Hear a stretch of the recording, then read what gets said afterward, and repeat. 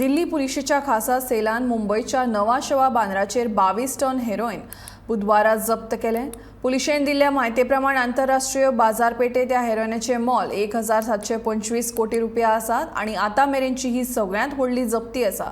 जप्त करपात आयिल्ले हेरोईन सुमार 1725 कोटी रुपयांचे आसात। हो कंटेनर दिल्लीत व्हेल्लो। ह्या जप्ती वयल्यान नार्को दहशतवाद देशाचेर कसो प्रभावशाली जाता आणि आंतरराष्ट्रीय ड्रग डीलर्स देशांत ड्रग्स पावोवपाच्यो कशो वेगवेगळ्यो पद्धतीक वापर करतात हे लक्षांत येता, अशें स्पेशल सेल पुलिसाच्या HGS धलीवाल हाणें सांगलें। 16 तारीख को 4 दिन पहले मुंबई में जवाहरलाल नेहरू पोर्ट ट्रस्ट के एरिया में नावशेवा में हमारी टीम ने बहुत बड़ा सीजर किया लिकोरिस, जो कि हेरोइन कोटेड थी।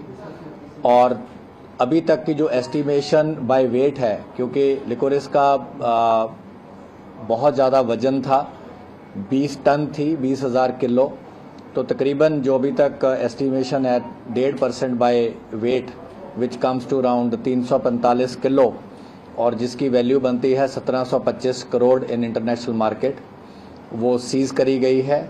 जो पूरा कंटेनर था उसको ट्रांसपोर्ट करके हमारी टीम यहाँ लेके आई है।